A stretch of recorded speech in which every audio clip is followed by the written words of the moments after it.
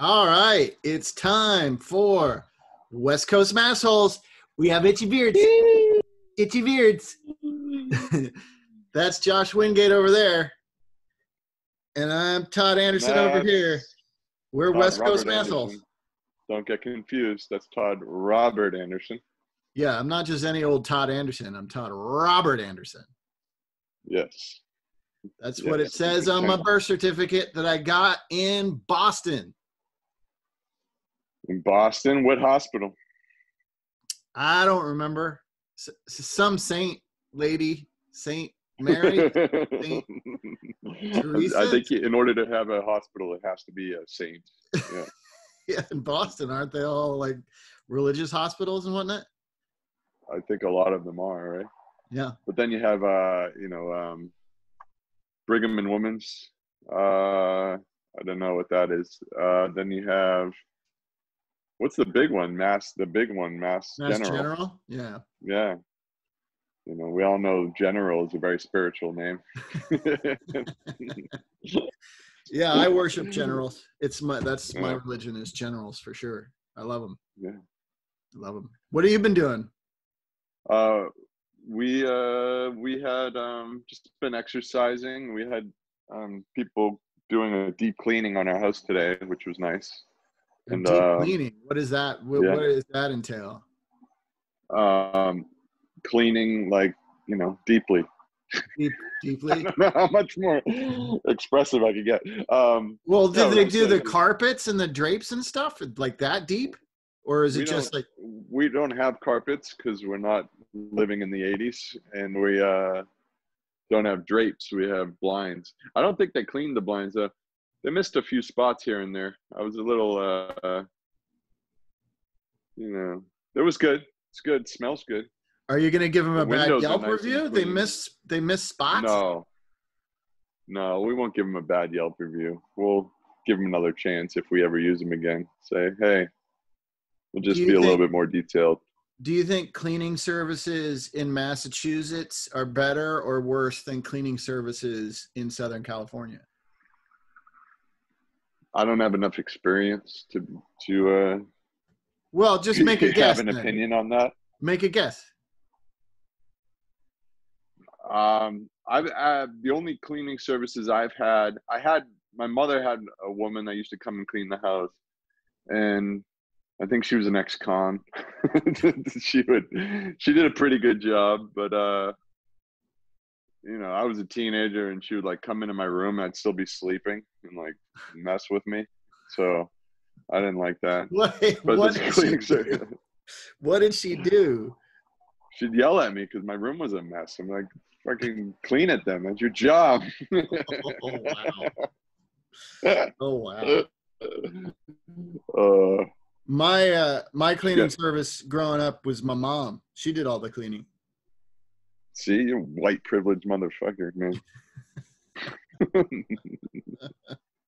Well, she did a great job. I would say that she's the best house cleaner I've ever had. The people I've hired here, like the last cleaning service, I can't afford maids anymore. But the last time I had one here, they broke one of my crystal glasses. It was just smashed, and they didn't say anything to me. They just left it there, smashed. It's like, what? Yeah, that's messed up. I know they're I had a cleaning service years ago, and they broke something. I heard it break, and they tried to hide that they broke it. And I was like,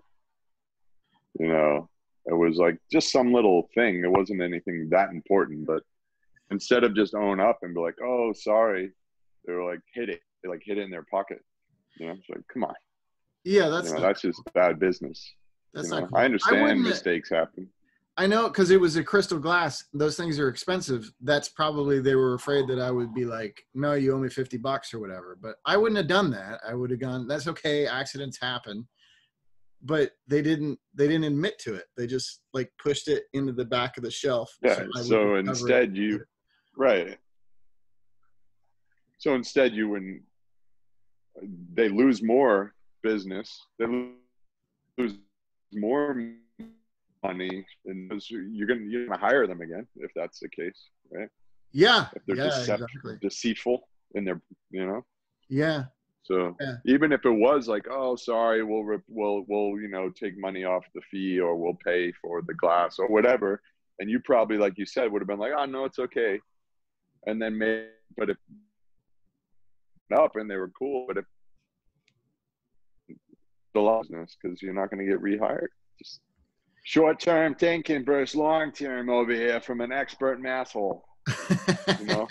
Yeah, that's true. People don't like think about the long haul, the long game. They immediately react. That's very American, I think.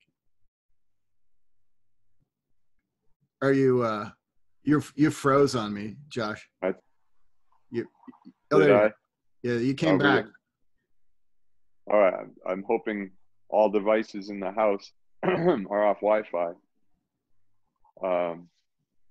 Pretty sure they are. That was I think they are. Yeah.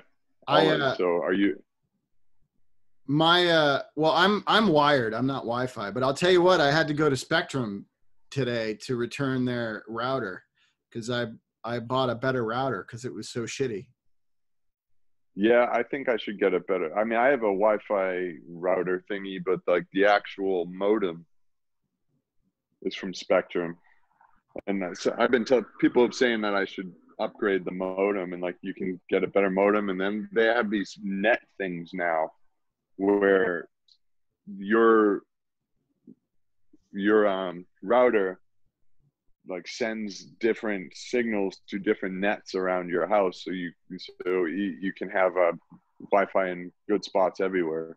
Yeah, that's what I got, which we really need because everybody's working out of home, so it can be a real problem if the Wi-Fi is bad. And I guess what I learned is that Spectrum's equipment is it's shitty. They give you shitty equipment. They have low end crap.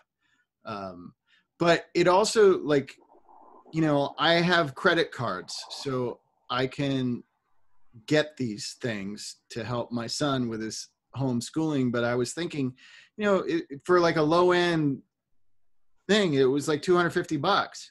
So yeah. Like, think of all the people who they can't afford, they don't even have the internet because they can't afford it. And those kids that are living in lower income places and homes, they probably like share Wi-Fi with like 10 neighbors. They all like pitch in and have one Wi-Fi thing, and that's not going to work if all these kids are supposed to be homeschooling. And I know some of the schools are giving kids actual computer books, or Chromebooks, whatever the Microsoft book Chromebook. So, I mean, all right, is all of LAUSD able to do that? No, I mean I don't know. Probably not. I mean, no. Yeah, so they did that at my son's school, which is cool, and I believe they did that at my wife's school as well.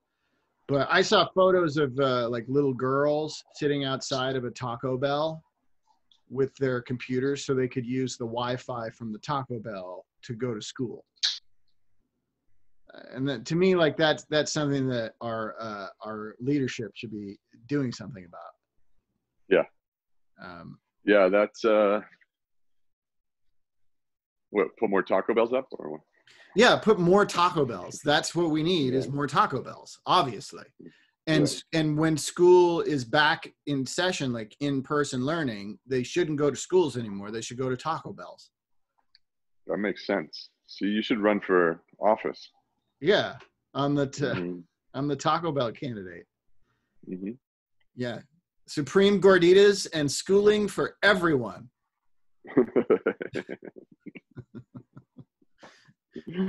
Oh, what times we live in.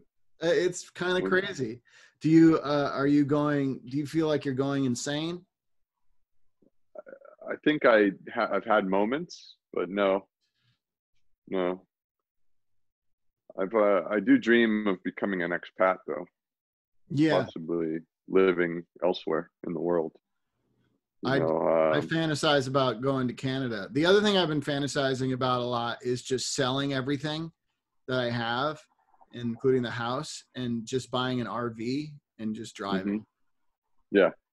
I think that fantasy has become a popular thing.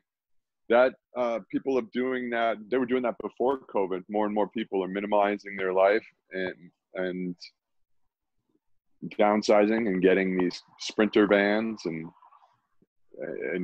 pimping them out, making them little homes. And those are small, but you know, if you're a couple, you could probably get away with it. Probably not a family of three would be too tough. You'd need a bigger RV. But people are doing it. You know, I was watching this like mini 10-minute documentary on this family. Decided before all this, they took their kids out of school for the school year, and they were going to be homeschooling while driving around the country and doing different things, and looked pretty cool. I think that'd be fun. Yeah, except for the homeschooling thing. That sounds like a lot of work. I mean, I guess I'm lucky. My wife's a school teacher, so she could do it. But I don't know. Being a teacher's hard. Yeah. Yeah, I watched a kid TEDx talk one time. It was a kid doing great in school, but he's a smart kid. He just, you know, wasn't stimulated. So his parents decided to do a homeschooling, but their idea of homeschooling, which I loved, was they got all the things he was interested in, and it wasn't homeschooling. He loved skateboarding, and he loved like learning how to make it all. So he spent some of his time working or interning, learning at a skate shop, and he had to learn how the business was run. So he had to learn all the maths and the inventory, and then he had to learn how the skateboards are made and learn how to sell and customer and merchandising. So he had to learn all that. He was really interested in the forest. So he'd spend some of his time out with the rangers or whatever, learning about plant life and all sorts of really cool stuff. And well, now he's doing TED Talks about how you know education is you know the system's broken. Kids shouldn't be sitting in a chair 8 hours a day, man. Like, you shouldn't be doing that. It just doesn't make sense. And I get this standardized idea, but it's an idea that is just impossible. And I mean, speaking about myself, I was an intelligent kid, was in honors and AP classes, never did my homework, never paid attention, and I got by because I was smart enough to figure it out. Like but I was never stimulated, you know? Right. The only time that I wanted to go to school was when my senior year. I was in my junior and senior year. My theater mentor, he had created a Renaissance program. So the last 2 classes a day were dedicated to your art, 5 days a week. 3 was your major, and 2 days a week was a minor. So you would learn about other art forms. That's how I got into theater, actually, because originally I was a visual artist, and I minored in theater one semester, and I was like, whoa, this is where I want to be. So my senior year, I would be out of school and I'd sneak into school just to go to theater class. You know, I didn't care about anything else. I was like, I don't care. I'm getting out of this place soon. I'm just going to not go and just sneak in. And my science teacher was the period before she caught on. She used to come looking for me to see if I was there. And she'd be like, you're trespassing on school property. If you're absent, you can't be here. I was like, okay, what are you going to do about it? You know, call the cops? Like, what are you? Yeah. But so I feel like if there was more opportunities or was more the norm for me to find other education systems or other ways of being educated, I think for people like me who have half a brain but aren't stimulated by the standard BS, I think it would be cool. And I know there are programs in schools that do that. Some of them happen to be ridiculously expensive, more expensive than universities. So, but I think that would be cool if that was more of a normal thing. Like, you could go the standard path, which, you know, 95% of the population ends up doing, or there's this path, and it's still maybe funded by means, you know, socialist means, because, you know, public education is a socialist platform. Yeah. Have you noticed that, like, so many people who are screaming about schools should be reopened and this is ridiculous and, you know, kids need to go to school, blah, blah, blah. Those same people scream that socialism will ruin the country. It's very interesting. It's very interesting. I hate socialism. Open up the schools. It doesn't make it doesn't. No. Those two things don't go together. It doesn't make sense. No. Yeah, it's I get that. I know a friend she's all about homeschooling and alternative forms of education, but I don't know. I think there should be some kind of middle ground. There's George Takei telling us to shut up. So I guess that's West Coast Massholes for this week. All right, well, it was fun. There is one type of socialist I don't like. Fucking Nazis. They weren't socialists, so they just called themselves that. They were fascists.